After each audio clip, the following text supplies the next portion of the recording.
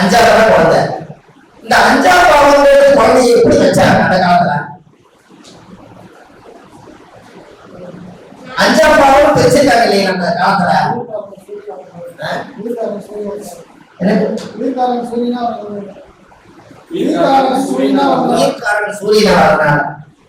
நல்லா யோசிங்க.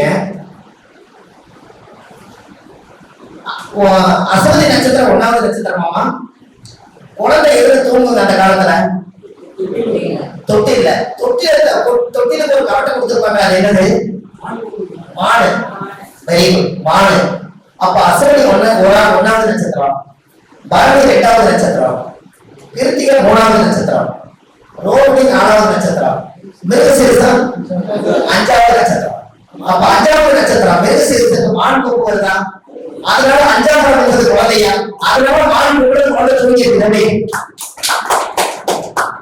அந்த காலத்துல மான் கொம்புல தொட்டத்தை தூங்கினாங்க. அப்ப அசுரனில இருந்து காலச்சக்கரத்தை வச்சு 5வது நட்சத்திரத்துலதான் அந்த மான் கொம்பு வருது. அது யாரோட வீடா இருக்கும்? மிருகசீரிஷத்துக்கு யாரோட வீடா இருக்கும்? சுத்தரோட வீடா இருக்கும். அப்ப குழந்தை ஆடியோ ஆடாரோ பாடி இருக்கிறாங்க. அப்ப சுத்தம் நீங்க இல்லையா? ஏன் பாட்டு பாடவே இல்லையா? என்னையா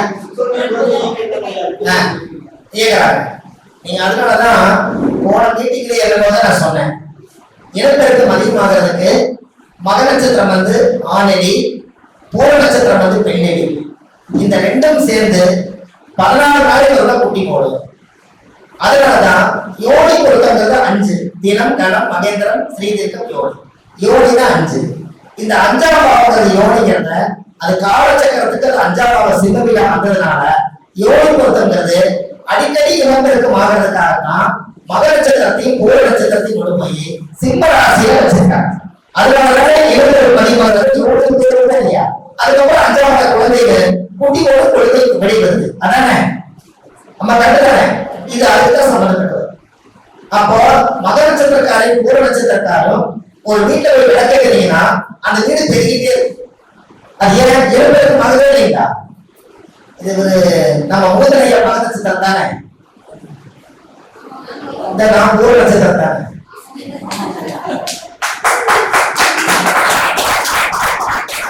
அவருக்கு நான் 2வது நட்சத்திரமா?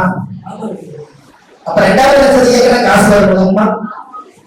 என்ன விடமாட்டாங்கல்ல அங்க பாட்டு கூட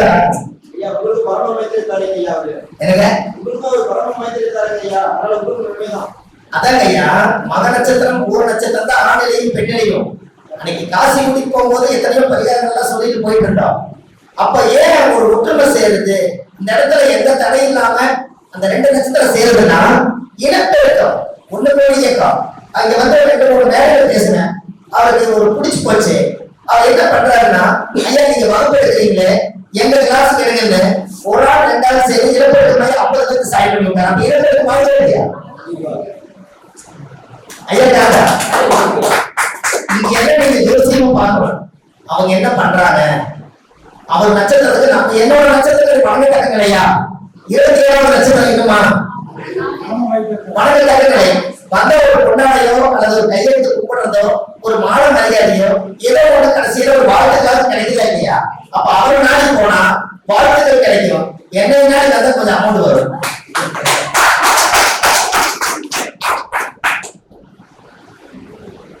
அம்மா அப்படிதானே? என்னம்மா ஐயா எனக்கு எனக்கு என்ன நட்சத்திரம் பாருங்க, நல்லா சொல்லுங்க. எனக்கு 2வது நட்சத்திரம் என்னவா வருது? இன்னைக்கு என்ன நட்சத்திரம்? அப்ப நான் இங்க இருந்தாலும் காசு வரும்ல. இப்ப நாங்க நேக்க என்ன பண்ணுவோம்னா உத்தர நட்சத்திரத்துக்கு மாதுளா பழம். இந்த மாதுளா பழத்தை உத்தர நட்சத்திரத்துல ஐயப்பன் பிறந்த. அதனால ஐயப்பன் கோயில கொண்டு போய் மாதுளா பழம் கோயிலாம் வாங்கி 2 கிலோ வாங்கி ஒரு மாதுளா பழத்தை ஐயப்பனுக்கு படைச்சிட்டு ஒரு மாதுளா பழத்தை அங்க உட்காந்து நம்ம சாப்பிட்டு மீதி ஒரு 4-5 மாதுளா பழத்தை எல்லாரும் கொடுத்துட்டு வந்துருவோம். அப்ப மாதுளா பழம் உத்தர நட்சத்திரத்தை இயக்கிட்டோமா? நாம என்னைக்கோ யாரும் எடுத்து சொல்லி இப்ப பணம் போட்டு விடுங்க, அவர் இன்னைக்கு போட்டு விடுவார். புரியுதுங்களா? அந்த உத்தரவு பணம் வரும், இயக்கலாம் பணம். அதனால நம்ம என்ன பண்ணிடுவோம்? ஐயப்பன் தான் நமக்கு உத்தர நட்சத்திரமா இருக்கிறதுனால நம்ம தொழில் செய்யற இடத்துல ஒரு ஐயப்பனுடைய பணத்தை வச்சு ஐயப்பன் நம்மளை பார்க்குற மாதிரி வச்சிருப்போம். அப்ப காசு அவர் கொடுத்துக்கிட்டே இருப்பார். இதெல்லாம் ரியலா நடக்குது, நீங்க வேணா செஞ்சு பாருங்க. ரொம்ப தெளிவா ஒவ்வொரு நட்சத்திரத்துக்கும் ஒரு சங்கடி உண்டு. நான் ஒரு எளிய பரிகாரம் கொண்டாட சொன்னேன். காவல் மணிக்கு 2 பேரும் பிரிச்சுட்டாங்க. ட்ரெயின்ல எங்க இருக்கிறீங்க கேட்டா ரயில்வே ஸ்டேஷன் வேலைனாரு. என்ன வேலை கேட்டா ஒரு கொடியாக்கதான் வேலை. நீங்க 2 நாளைக்கு கொடியை நிறுத்தி போட்டு ஒரு பெட்டியும் இன்னொரு பெட்டியும் ஜாயின் பண்ணி இழுத்து போற உட்காந்து கொஞ்ச நேரம் பார்த்துக்கிட்டே இருந்தேன். அது எல்லாத்தையும் வந்து கொக்கி போட்டு இழுத்து போற உட்காந்து பார்த்துட்டே இருந்தாரு. 6 வருஷமா பேசாத மனைவி இப்ப பேசுது. புரியுதுல்லையா? 6 வருஷம் பேசாத மனைவி பேசுறீங்க அப்படின்னா ஒரு இயந்திரத்தை இன்னொரு இயந்திரத்தை கொக்கி போட்டு இழுத்துட்டு போகும்போது ஒரு கணவன் மனைவி மனதை சுற்றி வரும்போது 2 கையும் கொக்கி போட்டு நீங்க மனதை சுற்றுற ஃபீலிங்க அதை இழுத்து போகும்போது ஒன்றா சேர்த்து வரும்போது அவங்க வாழ்க்கையும் இழுத்துட்டு போறது தனிமையே இல்லாம அந்த ரயில்வே ஸ்டேஷன்ல தண்டவாளத்தை விட்டு இறங்காம இருக்கக்கூடிய ரயில அவர் பார்த்து அந்த குடும்பமே சேர்ந்து போச்சு. இயந்திரமான பரிகாரம். அந்த காலத்துல ரயில பார்த்தா சுகம்னாங்க. இன்னைக்கு ரயில வந்து அந்த சங்கிலி கொடுத்துட்டு போறத பார்த்தாலே பரிகாரம் வேலை செய்யுதுன்னா அப்ப நம்ம என்னன்னாலும் பரிகாரம் இல்லையா? நம்ம என்னன்னாலும் பரிகாரம். அப்ப ஆதி காலத்துல முன்னோர்கள் எல்லாம் ஒவ்வொரு விஷயத்த தெளிவா செஞ்சு வச்சிருக்காங்க. நீங்க பரிகாரம் எப்பவுமே நீங்க எடுக்கும் போது இப்ப இந்த கூட்டம் எல்லாம் இருக்குது இல்லைங்களா? இவங்களை வச்சு நீங்க ஒரு பரிகாரம் எடுக்கணும். அவர் உத்தர நட்சத்திரம் சூரியனுடைய நட்சத்திரம் பிறந்ததுனால நான் அவரை பார்த்து சொன்னேன், சூரியன் தான் மகடம், ராஜகிரீடம் இன்னைக்கு அவருக்கு தலைவலிக்கு வச்சாங்க. அப்ப உத்தர நட்சத்திரத்துல கன்னிராசியில் இருக்குது. அப்ப அவர் என்ன கவலை வச்சாரு? சரி, இந்த சந்திரனை எந்த பார்க்கணும்? இன்னைக்கு வந்து உத்தர நட்சத்திரம் கன்னிராசியில் சந்திரன் போயிட்டு இருக்குது. இவர் 7ஆம் வாழ்க்கை பார்க்க சந்திரன் நேரம் ஞாபகம் வீடு குருவோட நேரம் அதனால வருது. இதே பரிகாரம் ஐயா பரிகாரம் அவருக்கு நம்ம அங்கிருந்த கணக்கு எழுதி பண்றாங்க. இது பார்த்தா பரிகாரம் தெரியவே இல்லைங்களா? எனக்கு நான் வந்து பூர நட்சத்திரம் நான் ஒரு மாலை போட்டேன். ஜாயின் பண்ணாம 2 பக்கம் 2 மாலை போடுற மாதிரி போட்டேன். கரெக்டுங்களா? நான் ஏன் இப்படி போட்டேன்னு சொல்லுங்க.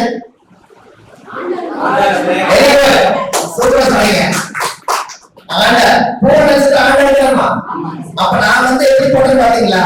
இந்த சைடு மாலை இந்த சைடு கொஞ்சம் இருக்கிற மாதிரி போடலாம்.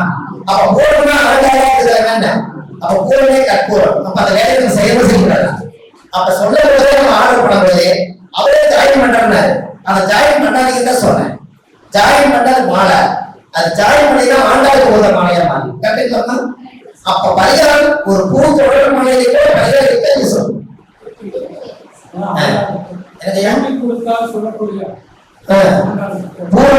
பூக்கட்டியே ஆண்டாள் வந்து பெருமாளை கனெக்ட் பண்ணிச்சா? பூக்கட்டி பெருமாளவே கொண்டு விட்டாங்க. அது வேலை செய்யறது. நீங்க எப்பவுமே ஒரு பரிகாரத்தை யாராவது ஒரு வரிசையம் பார்க்கறதா இருந்தாலும் கூட யாராவது நீங்க கல்யாணமே ஆகல அப்படின்னு நினைச்சிட்டு ஒருத்தர் குழந்தைக்கு வந்து கூட ஜாதகம் பார்த்துருந்தா அந்த நேரம் பார்த்து நம்ம வீட்டுக்கு பத்திரிக்கை கொண்டு வந்தாருன்னா எதுக்காக குழந்தைகளுக்கு முடிவாக போகுதுன்னு அர்த்தம். இவரு கேட்ட கேள்வி என்ன? ஜோசி கேட்ட இது எப்பதான் கல்யாணம் ஆகுறாங்க கடவுள் எப்ப காட்டு விடுறாரு அப்பதான் ஒரு பத்திரிக்கை கொண்டு வர்றாரு. அப்ப அந்த பத்திரிக்கை எனக்கு வரல அவருக்காக முடிவாகுது. இந்த நேரம் பையத்தை எடுக்கணும். கேட்டுக்கலையா? ஒரு நேரம் வந்து தண்ணி குடிச்ச சட்டையெல்லாம் நடந்தது. பிரசரம் பார்க்கும்போது உதயத்துறைக்கு பாம்பு. நான் கேட்டேன், யாராவது ஆஸ்பத்திரியில சேர்த்துட்டு வந்துக்கிறீங்க? என் பிள்ளைக்காக சேர்த்துட்டு வந்துக்கிறேன். பத்தியா கேட்டுங்களா? என் பிள்ளைக்காக சேர்த்துட்டு வந்துக்கிறேங்க அப்படின்னு. அப்ப நான் சொன்னேன், எப்படி இது சொல்றீங்க? ஒண்ணுமே நான் ஜோசியமே சொல்லியே.